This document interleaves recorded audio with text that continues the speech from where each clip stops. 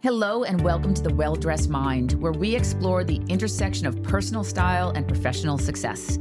I'm your host, Lindsay Nicholas. In this series, we'll have honest conversations with accomplished individuals, leaders, creatives, entrepreneurs about how they've built their lives, their careers, and their identities.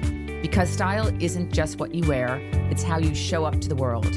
It's a signal of self-worth, a reflection of values, and sometimes a quiet source of power. Here, fashion isn't frivolous, it's foundational, and I can't wait to share these stories with you. Interior designer Nicole Rutherford creates interiors that feel alive, layered, textured, and full of personality. Her design philosophy centers on authenticity and storytelling, crafting spaces that reflect both their environment and the people who inhabit them. Working with the Stylesmiths and throughout her own studio, Rutherford Interiors, Nicole's projects span from contemporary homes to heritage landmarks like Melbourne's Block Arcade. Her spaces capture the soul of their context, whether urban, coastal, or rural, while merging beauty, function, and emotional resonance. Nicole is also deeply committed to lifelong learning and education in design, continually exploring new materials, color theory, and emerging trends to keep her work evolving and relevant. Welcome to The Well-Dressed Mind, Nicole. Thank you so much for having me. I'm very excited to be here. Yay, it's my pleasure. So Nicole and I know each other. So I hired you through the Stylesmiths. I hired you to do my very first fully fit out store, which was our store on Little Collins Street that we still have. And you and I worked very collaboratively on that. And I loved it so much that I actually asked you to come and do my house. And it's actually been a 3-year project now, because we get through one phase and then as soon as we get something done, everything else doesn't look as good. So then I'm like, okay, we got to move on to the next room and the next room and the next room. And here we are 3 years later. So your work feels deeply emotional to me. So every space seems to tell a story. How do you discover that story, and where do you begin with a new project? Well, with any space, for me, I like to be able to establish a relationship with the client. So whether it's a commercial space or a residential home for a client, I think it's really important for the designer to understand how their clients live or work. So if it's a home, it's really important to understand if there's a family living there, if there is just a single person or a couple, if there's pets, and how they live and what their passions are. So what inspires them in life? Is it travel? Is it music? Is it sports? And it's then being able to use that information to allow that to resonate into what the design will be, so that eventually what will be accomplished is that space will tell the story about who lives there. Amazing. And be really, you'd be able to walk into your home and say, this is Lindsay's home. This talks about Lindsay and her personality and how she lives, rather than it being, well, this was designed by Nicole. It's about who lives there. So I find that really important, and that every design needs to be quite collaborative with the client to be able to establish that. Yeah, it's really interesting, because we talked with Richard, who you work with at the Stylesmiths, and had this conversation with him. And it's interesting because what I thought I wanted, and I'm very opinionated, as you would know, having worked together for a while, I'm very decisive. And I thought I knew what I wanted. And I think it's so beautiful that through such a collaborative process, I actually wound up in a place that wasn't where I thought I was going. I thought I was going for something more like, very minimalist beachside. And what I've really wound up with something that looks more like a eclectic hunting lodge. Mm-hmm. I've been joking with my husband lately, but I'm absolutely just love it. So you said that great interiors reflect the people who live in them. So how does that philosophy mirror with how we dress? I think overall, just how we dress, how you dress, and how our fashion choices tell our personal story. Well, again, I think it's really important to be able to understand the person that's living in that home and how they are. And one of the things that we, as designers, can work with is how your client appears and how they're dressing. So if I'm meeting somebody that's very structured and clean lined in the way they dress. So one designer that I love the way she dresses would be Victoria Beckham. Yeah, me too. Absolutely adore her. Gorgeous. I love her. I love the way she dresses, but she's very structured and very, very elegant and really classic. And so I think that if you were to be working with somebody that dresses like that, then that interior needs to be very classic, minimal and timeless. Yeah, beautiful. And just very toned down. But if I was to be then designing a house that somebody's walked in wearing Vivienne Westwood, or a Gucci outfit designed for Harry Styles, then of course it's going to be lots of layers and textures and colours and over-the-top fabulousness. And I think that the fashion reflects that person. So it's what they're wearing talks to you. It is a very visual language, so it talks about who they are as a person, and then their interiors need to marry up with what it is that they're expressing as a person and how they live their life. Amazing. So I try to tap into that as well. Do you ever find that someone wants their house markedly different than the way they appear? That someone who's maybe very reserved when they're in their their personal dress, and then you go to their house and it's just a bit crazy? Or do you usually find that people are pretty much aligned with their personal style? I think when somebody's really grounded with what their style is in their home, then it does align. But sometimes if they're, if they've got a particular style that they dress and their fashions is talking about this and it doesn't align in their home, it's usually because their homes aren't really reflective of who they are. Okay. And it's like, well, I'm living in a home and I've made these choices because it's the right choice to, society or fashion or whatever it is that I'm looking at the moment is telling me that that's what it should be. But it's not really reflecting their authenticity. Yeah. And so I think once you have that conversation with them and bring them more in line with what it is that they want, not what they're told they should have, then it will align more. So generally it does align unless they don't know what their real style is. Yeah, it's interesting actually. I'm just thinking this right now, I'm finding that my house is actually starting to influence my design, my fashion design, because I've always been very minimalist, and our pieces are like, and I with you, like 100% Victoria Beckham. I love her minimalist. Yeah. And then you look at our stores in London, like just beautiful, and they really reflect the textures, like everything about them says Victoria Beckham, which I really love. But interestingly, like I think of like the wallpaper that we put in, and I'm become an absolute mad crazy person about wallpaper, just adore it. Right, grew up with it and then didn't have it for years, and now I'm just right back with everything needs to be wallpapered. And that actually influenced the dress. Actually, that influenced the Sarah dress that we have here was based off my wallpaper. Yeah. And it's just really interesting how I'm finding myself personally sort of going in the other direction. Because that's an emotional connection. So the wallpaper, like you've just said, takes you back to when you were growing up. And I remember when I was growing up, my grandmother was very, very, she just had this natural ability to be able to design. And, in a time where design wasn't a thing. So every time we walk into a house, I was just mesmerised by wallpaper. Okay. There was wallpaper, every ceiling in the house was wallpapered. There was wallpaper everywhere. I can't remember, maybe the kitchen might have been painted, I don't know, but everything else was wallpapered. And her interiors were so well, they were heavy, but they made sense. So there was pared back layers of texture, if that makes sense. And it was just, so I have this emotional attachment to it as well, so that when you see something, it takes you back to that emotional experience. Or it's the same with smells or sounds. It's a very holistic experience when you're dealing with design, whether it's fashion or interiors. So do you think your grandmother had a huge impact on you going into this business? Absolutely. Okay. Absolutely. And I joined this this world later. I had a different career prior, but I always would be inspired by her, and we would sit there for hours. I'd visit my grandmother every Saturday, and I would just sit there with hours, and we would just talk rubbish.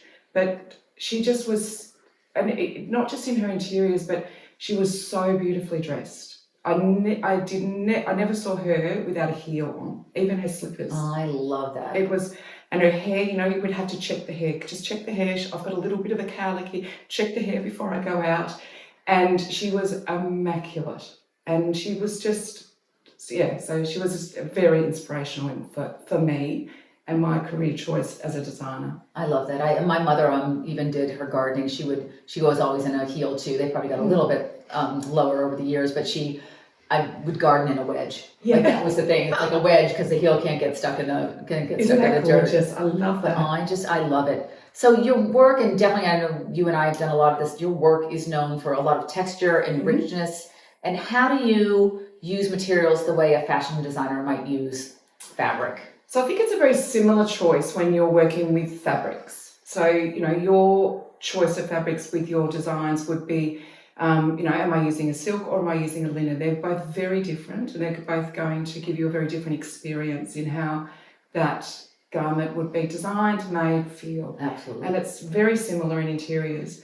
But choosing a contrast of materials, so for example, a handmade tile that could be quite a rough, textured, natural material, paired up with a beautiful glossy marble, although very, very much a contrast, that can talk a really beautiful, innovative and lovely story in that space when they're paired together correctly.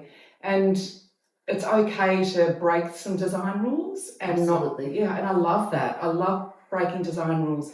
I remember when I was studying interior design and all these rules that you have to follow. I don't think I've looked at those rules ever since I finished and graduated. I mean, I think I'm the same in interior, in fashion design as well, yeah. Because it's bringing the unexpected pairings, the things that just really make you, like I've always loved like menswear suiting fabrics with florals. Yes. And now I can be, and you've helped me a lot in this, like I'm so into textures now. And probably if you look at the evolution of my brand, I've always been a bit minimalist, but if you look at the evolution, like there's so much more texture and pattern in my designs now, because I just love that juxtaposition. Yeah, and it's, a beautiful velvet sofa with a linen.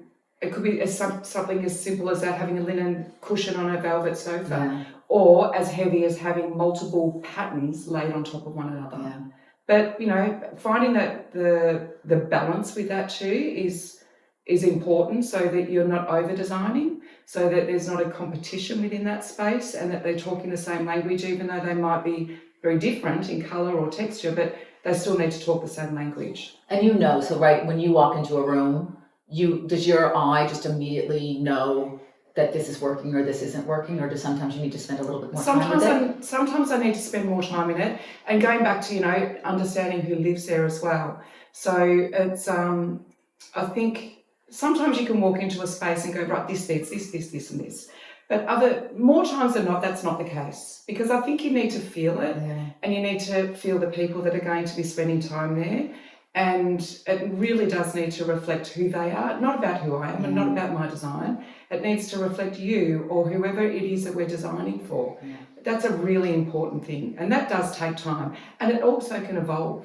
So, and you spoke about your home, and that has evolved.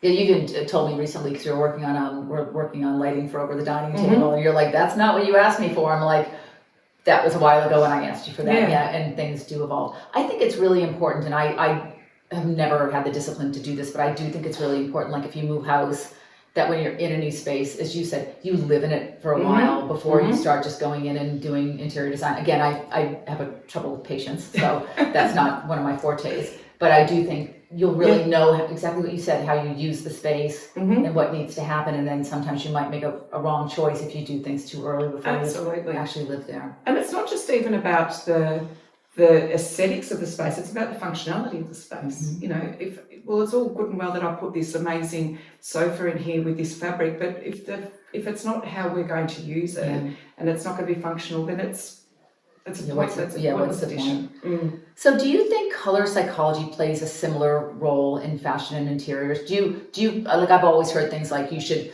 pass through a yellow room, you shouldn't sit in it. If you have red in your dining room, it's going to really spark conversation. Do you sort of follow those rules, or do you have another way that you sort of find the energy that's meant to be in that room?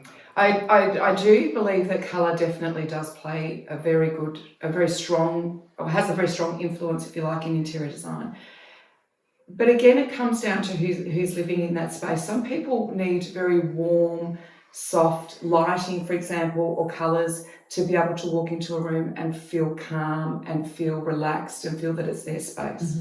Other people need loads of colour and texture and patterns throughout to be able to feel that it's their space and feel that they belong. So colour definitely does play a role, but there are certain rules that, I'm just contradicting myself, I don't follow rules, but there are certain things, oranges and yellows and reds can be very powerful.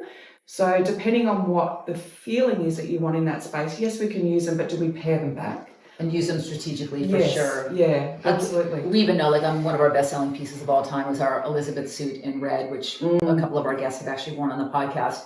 And when you wear a red suit, you behave differently than when you wear a black suit. Yeah, like, you absolutely do. Like, I think that power from the color just permeates through you. Yeah, 100%. I think the same from the interior. I love that red suit. Yeah. It's one of my favorite. It is. I was retiring it for a little while because it's been in the store for a few years. Because we keep having to repeat it because it sells really well.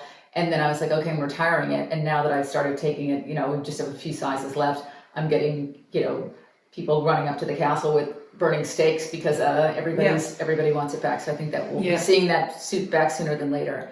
So how do you strike the balance between timeless design, and we have talked before from a design perspective about interpreting trends in design, and it's actually something that I always get concerned about because I know when I was much younger, I did a house and I went when that Aztec pale blue and like the very Arizona kind of aesthetic, and then I really grew out of it, and I was like, okay, I just invested all this money in this. How do you know when you're making design choices that you're doing something that's going to be with the person for a long time? Like, how do you interpret what those trends are going to be and how long they'll last?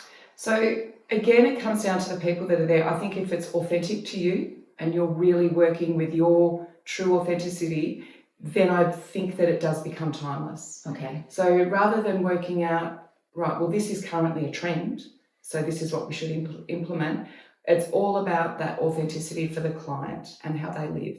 And then it will just automatically become timeless. Okay. But we can then use that and then layer it with other items that can then be swapped out for other items later on. So it's like a beautiful blazer. If you've got a really good, beautiful blazer, that will be timeless. You will wear that for years. But like your suit, and then you can just change it up with some accessories or some different colours or some different gorgeous shoes or bags. And I think that that's really important in interiors, is that you find that authenticity and then you layer that with some gorgeous accessories or gorgeous colours or cushions or whatever it might be. But I think it's about being authentic to that space and that client. Yeah, amazing. And I guess some days you think it's only paint. So if you do something and you just all of a sudden you're feeling something different, like it's only paint. It's only paint. You can make changes to it. Yeah, absolutely. Yeah. The well-dressed mind is all about confidence, and it's all about confidence through self-expression. So what does that mean to you when you're designing for clients who you may not know their style yet? And we've talked a bit about this, you talk about, obviously being very observant of them. But so if they're not really familiar with what it is that they want, it's about them and having confidence in what their style is. It's about them redirecting the conversation, I guess, and then being able to really find out who they are and how they live.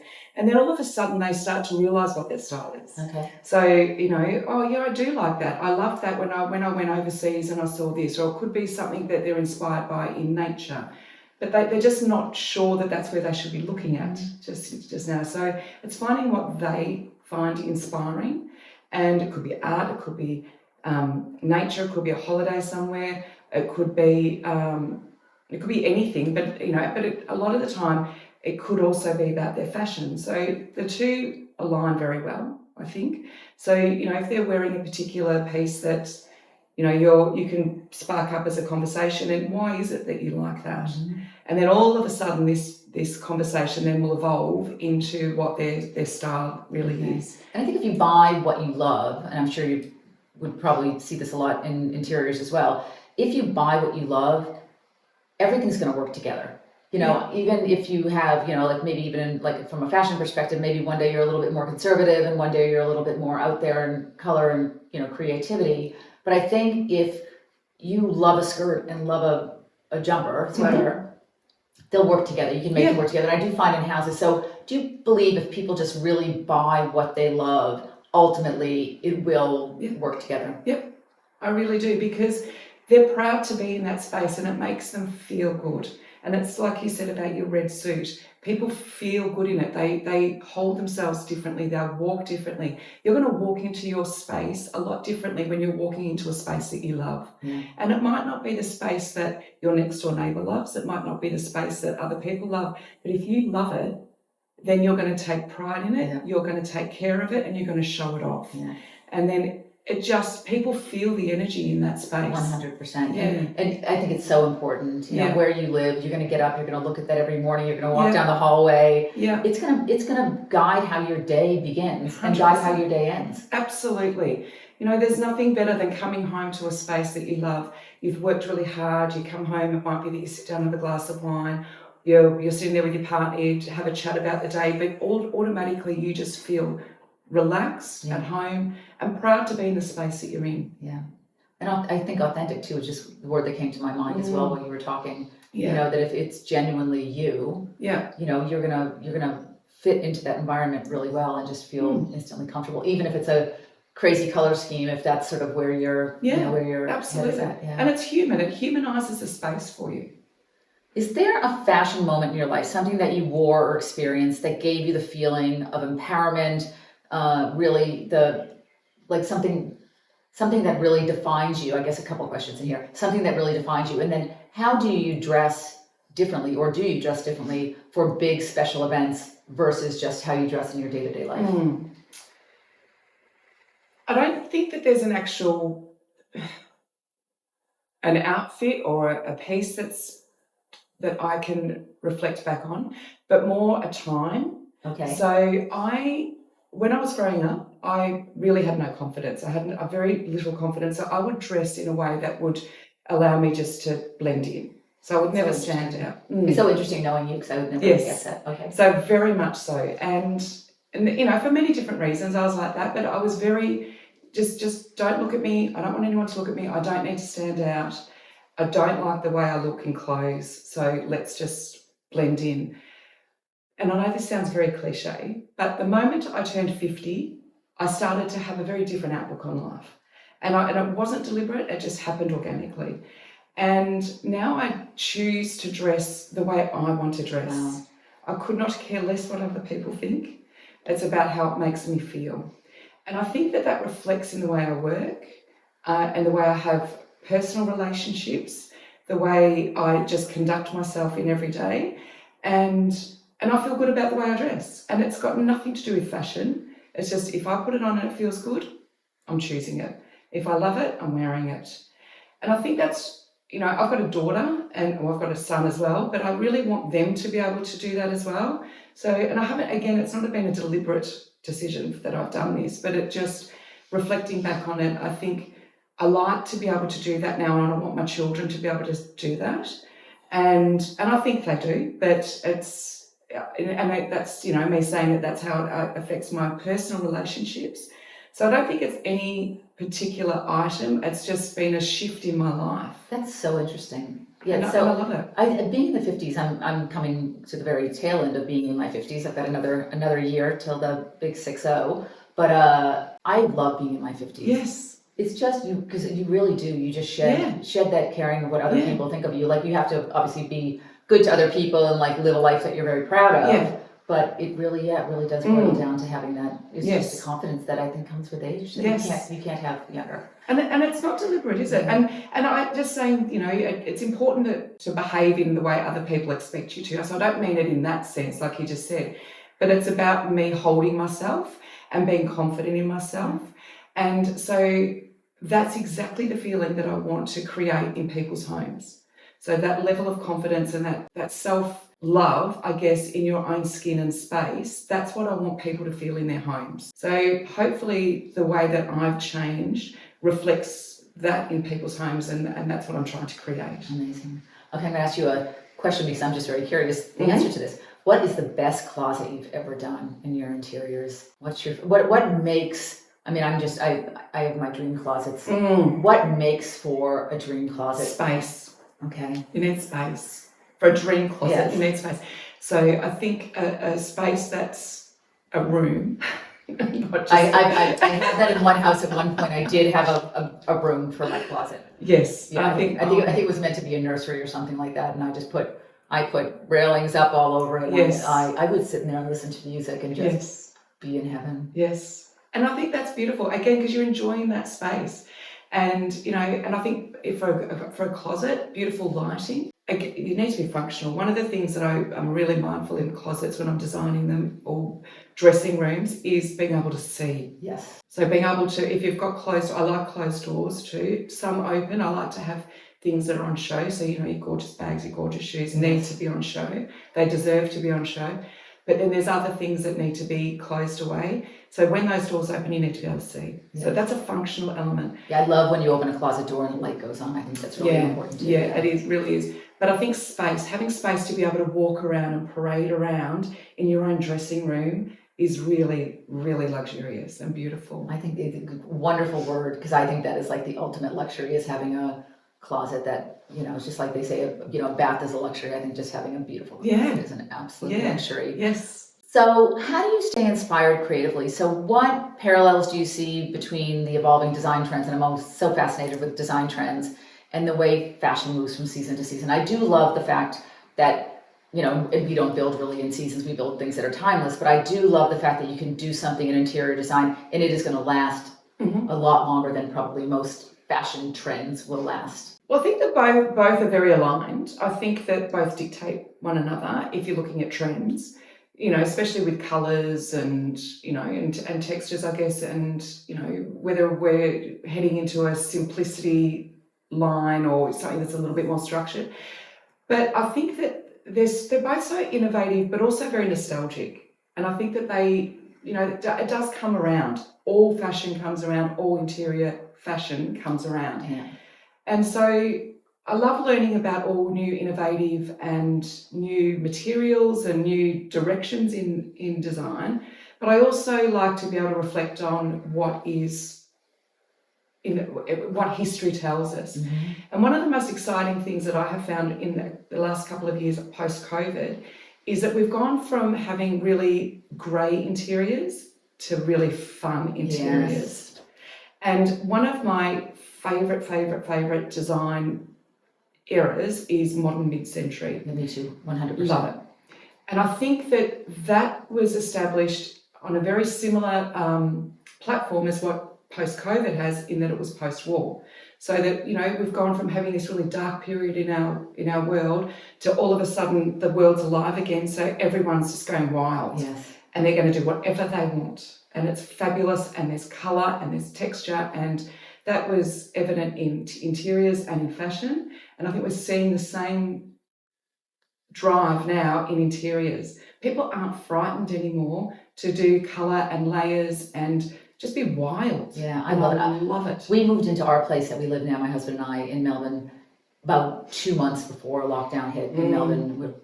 For people that don't know, Melbourne was locked down for the better part of 2 years here. Yes. So we had one of the strictest lockdowns in the world. And our house was grey, everything was grey. And now if you walk in, as you know, and you've helped me a lot with this, it is like a color bomb. We have we've got a pink flamingo rug, we've got a burnt orange sofa, we've got burnt orange chairs, we've got leopard print, we've got wallpaper, we've got so much going on in the apartment, and I absolutely hear you. I think that's you've got life. You've got life. Yeah, that's it. And it's scary a little bit, because we're actually talking right now about doing my guest bedroom in a chocolate brown with painting a very lacquered chocolate brown ceiling. And I'm a little scared. I do have to admit, I'm a little scared, because that's a commitment. It's hard to repaint a lacquered chocolate brown ceiling, but you just have to take a little bit of a risk sometimes. Absolutely. And that's what people are doing now, taking that risk, because the world is not going to explode if you paint the wall the wrong colour. Yeah. But what it could possibly do is just give you so much more energy in that space. Yeah. And just give you the joy and put a smile on your face. And that's what I'm loving at the moment. Yeah. I love your passion. You have just so much passion. It's so clear that you love what you do. And again, having met you initially as a commercial interior designer, and then having that transition from, how different is designing a commercial space, which obviously would be very, very, very much about functionality, I imagine, even more so than a residential space. How do you approach them? Do you approach them the same way, or a little bit different? Look, for me, I approach them the same way. I like to approach them the same way, unless it's a big office where I've got a board of 20 people that I have to please. But in a space where it's more personal, a commercial space, it's more personal, I approach it the same way, because it is personal. It's It's the client's passion, it's their work, it's their livelihood, it's what they've created. So they come to that in the same way they come to their home. So it's very important, I think, to be able to reflect the same amount of passion, I ask the same questions, we work in the same way. I do love to work collaboratively with clients because at the end of the day, it's their space and it has to work for them. So I very much do the same for a commercial space as I do in a residential space. I think that's very important. Okay. So what's next for Nicole Rutherford? What can you tell us just about the future for you? At the moment, I'm really enjoying the direction that we're going in some commercial projects, where I can't say too much about it at the moment, but it is coming up and it will be announced soon. But there's a very exciting project that we're working on commercially in Melbourne.